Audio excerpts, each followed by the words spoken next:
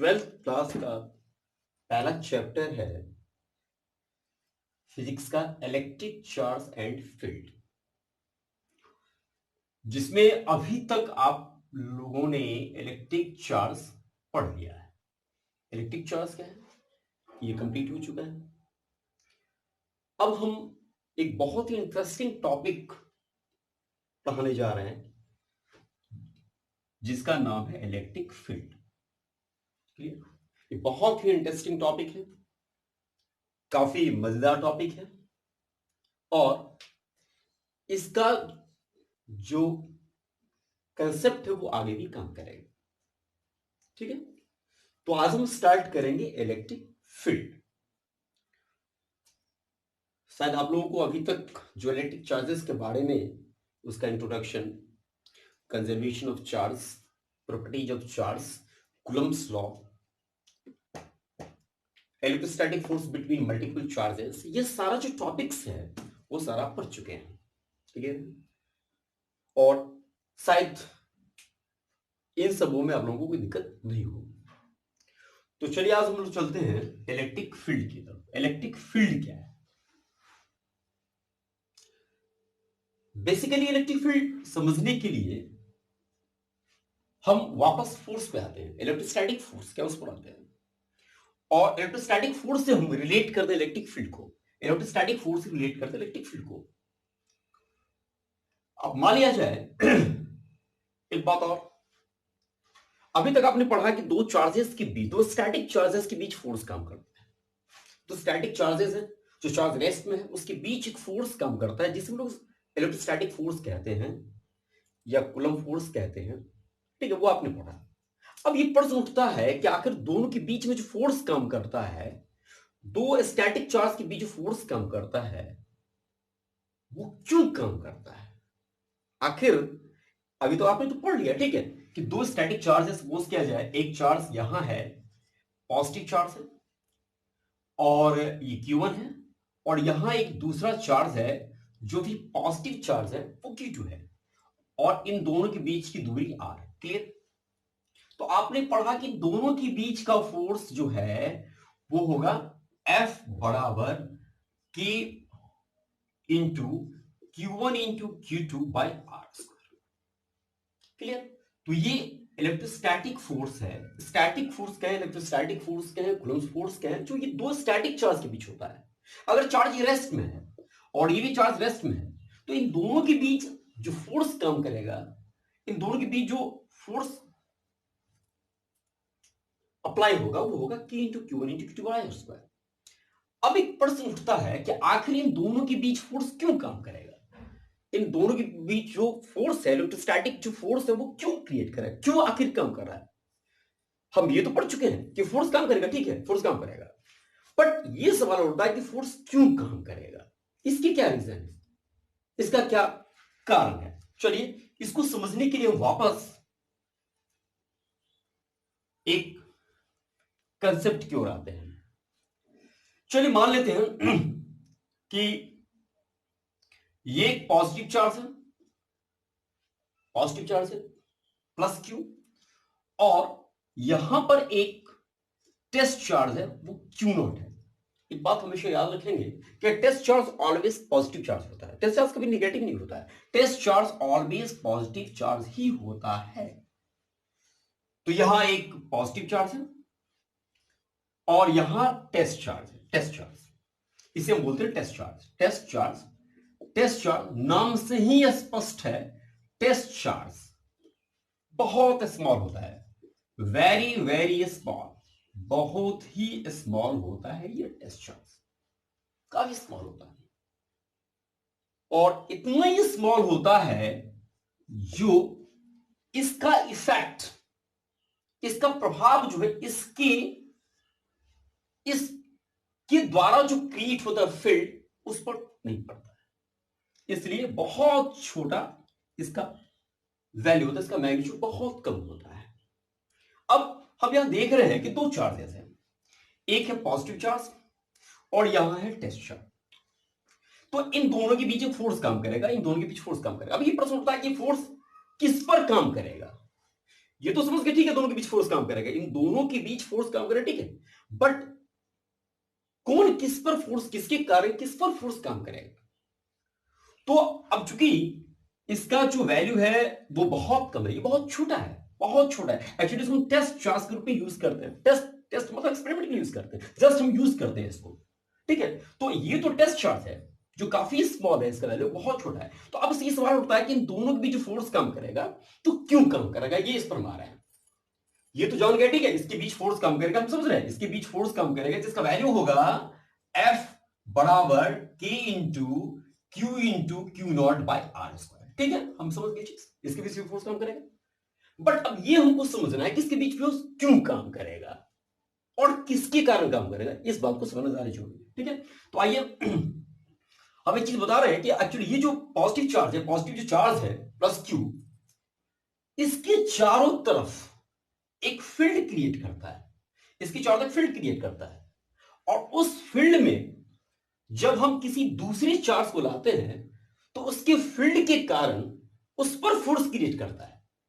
अब ये सवाल उठता है कि इसका वैल्यू जो कि बहुत कम है, टेस्ट चार्ज है, जो कि ऑलवेज पॉजिटिव होता है, ये बात हमेशा याद रखेंगे कि इसका वैल्यू हमेशा, ये हमेशा पॉजिटिव होता है और वैल्यू बहुत कम, तो निश्चित रूप से इसका फील्ड जीरो, इसका फील्ड खत्म, तो बचा इसका फील्ड। तो अब इसके फील्ड के कारण, इसके फील्ड में हम इसको लाते हैं, तो जब हम इसके फील्ड में इसको लाते हैं तो निश्चित रूप से ये फोर्स इस पर अप्लाई करेगा।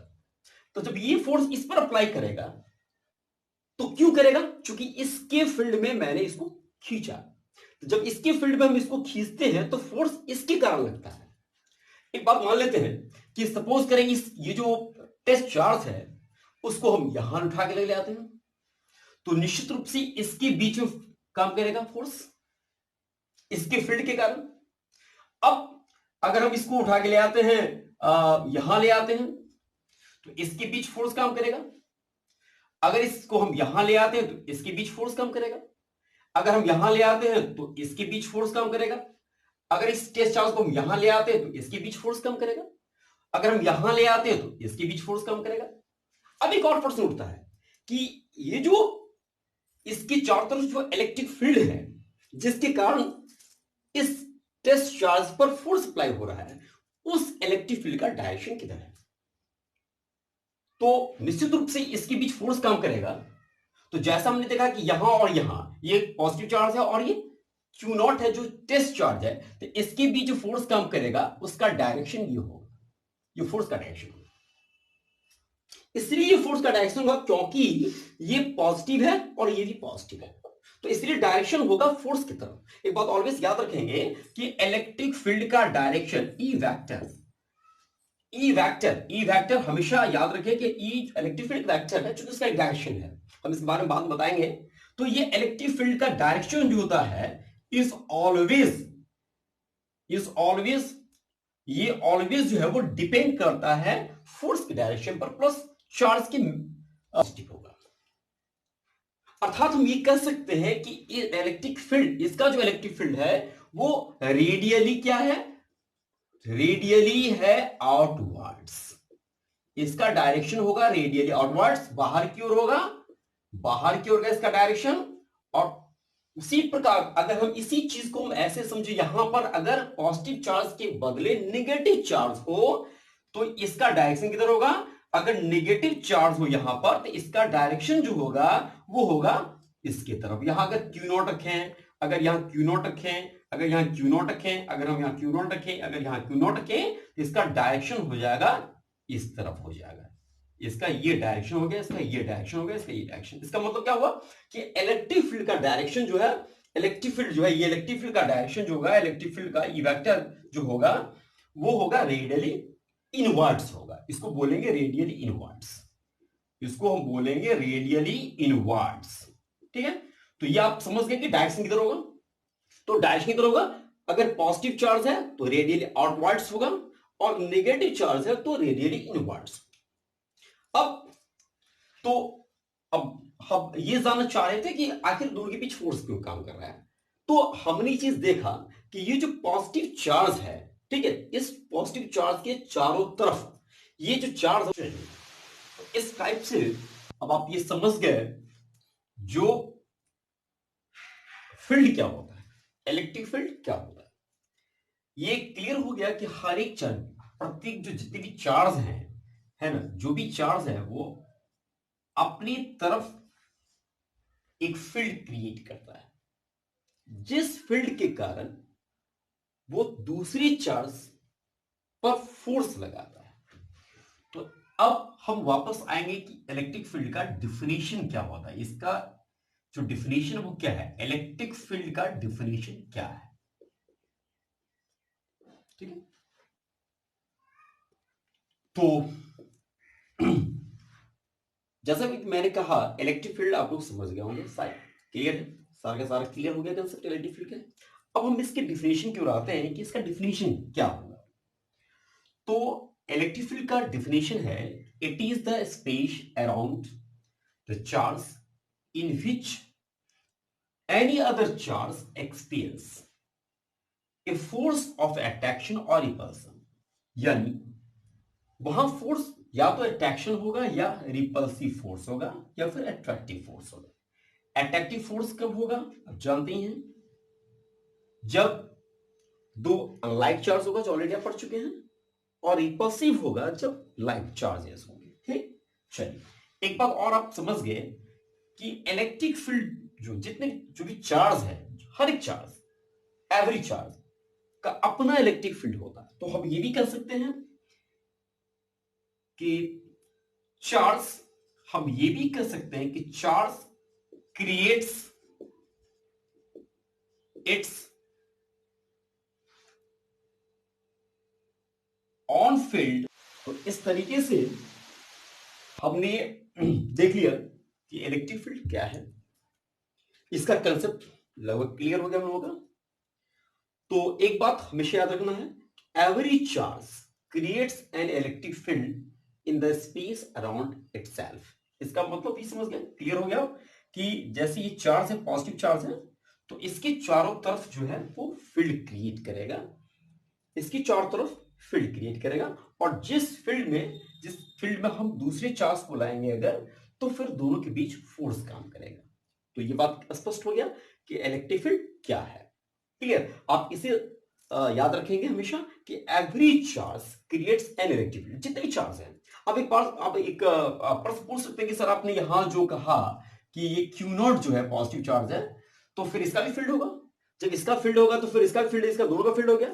तो यहां एक बात याद रखना हमेशा कि इसका चूंकि ये बहुत छोटा है, बहुत छोटा है, स्पष्ट मैंने कहा कि ये बहुत छोटा है, वेरी वेरी स्मॉल, ये काफी स्मॉल है, इसलिए इसकी फील्ड को हम नहीं यूज करते। इसका फील्ड होता ही नहीं, इसका फील्ड खत्म है, तो वहां पर बचा इसका फील्ड, तो इसके फील्ड के कारण उस पर फोर्स काम कर रहे हैं। ठीक है, चलिए तो अब हम ये एक बात और हम समझना चाह रहे हैं कि ये चीज इसके बीच जो फोर्स काम कर रहा है, तो वहां पर फोर्स कितना काम कर रहा है, तो वहां, ठीक, तो हम ये कह सकते हैं कि इस प्रकार से इलेक्ट्रिक फील्ड जो है वो इक्वल टू होता है force on S charge upon test charge. तो इस तरीके से अब ये है कि फोर्स कितना काम किया, अब हमने देखा चीज कि फोर्स उन दोनों के बीच कितना काम करा। ठीक, तो फोर्स कितना काम करा वो आपने पढ़ा, वो क्या है, तो K into Q naught by R square और अपॉन क्यू नॉट कैंसिल होता है, तो के क्यू बाई क्या होता है, आर स्क्वायर होता है।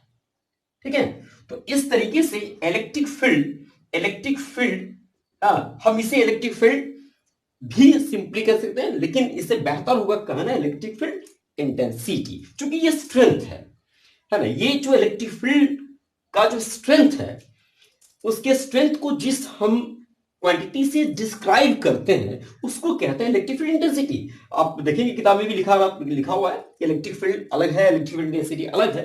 तो ये तो इलेक्ट्रिक फील्ड का कंसेप्ट है जो सिंपल, लेकिन हम यहाँ जो मैग्नीट्यूड इसका निकाल रहे हैं, उसका जो वैल्यू निकाल, उसका जो स्ट्रेंथ निकाल रहे हैं, उसे कहते हैं इलेक्ट्रिक फील्ड इंटेंसिटी। तो इलेक्ट्रिक फील्ड इंटेंसिटी को आप ऐसे भी कह सकते हैं कि वो क्वांटिटी जिससे हम इलेक्ट्रिक फील्ड के स्ट्रेंथ को डिस्क्राइब करते हैं।